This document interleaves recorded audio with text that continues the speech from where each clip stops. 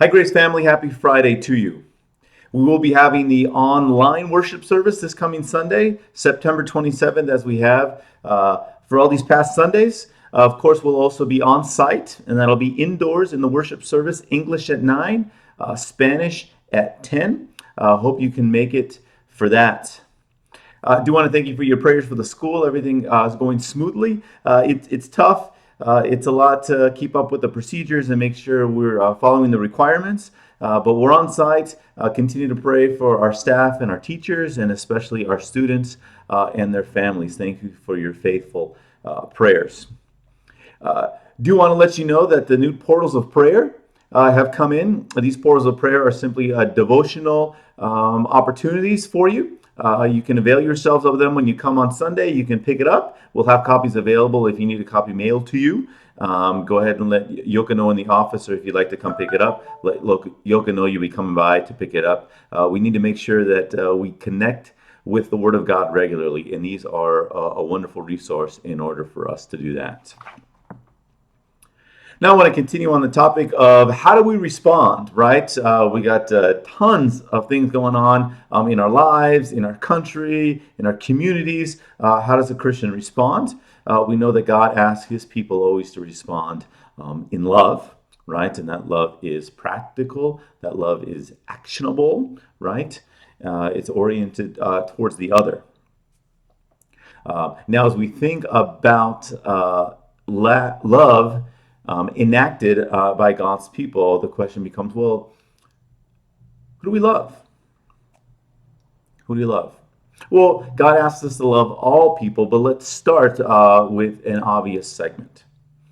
That God asks us to love first and foremost the people right around us, right? Whether that be our family, whether that be our coworkers, whether it be people who live near to us, whoever's around us.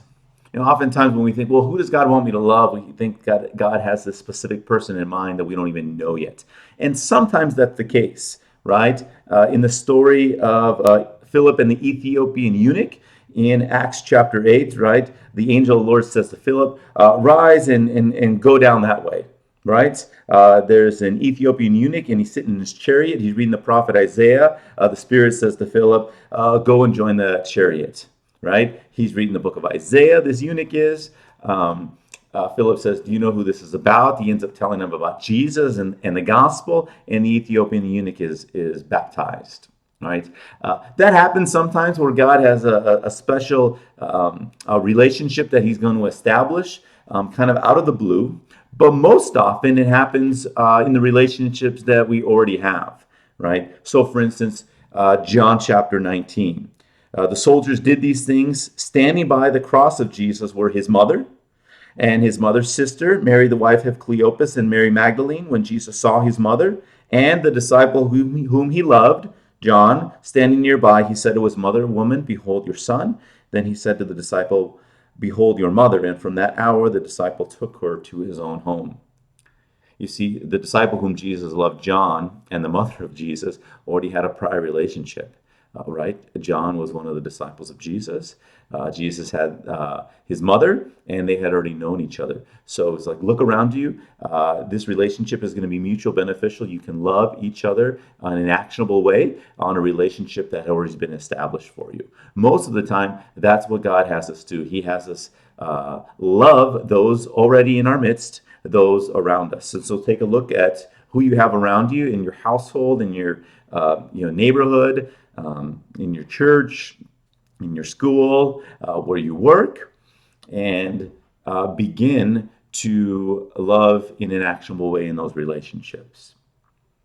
Now, again, the reason we're doing how do we respond is because we're all dealing with a lot. And so the people in your lives are also dealing with what you're dealing with, right?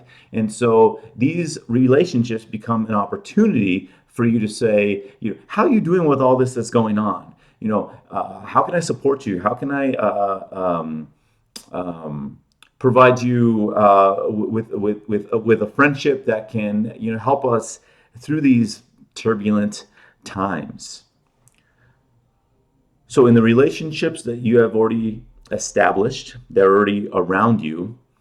Begin to ask those questions. How can I best be your friend, your family member, your acquaintance, your coworker for you now in these times? And we begin to develop those conversations in those relationships where we say, okay, I know what this person needs from me now. I know how best to love them, considering what we're all going through now. Food for thought for you. So begin to recognize those relationships, begin to ask those questions. With all the turmoil, how can I love you best? How can we support one another? How can we use this relationship in order to provide actionable love one to the other? Have a great Friday. God bless.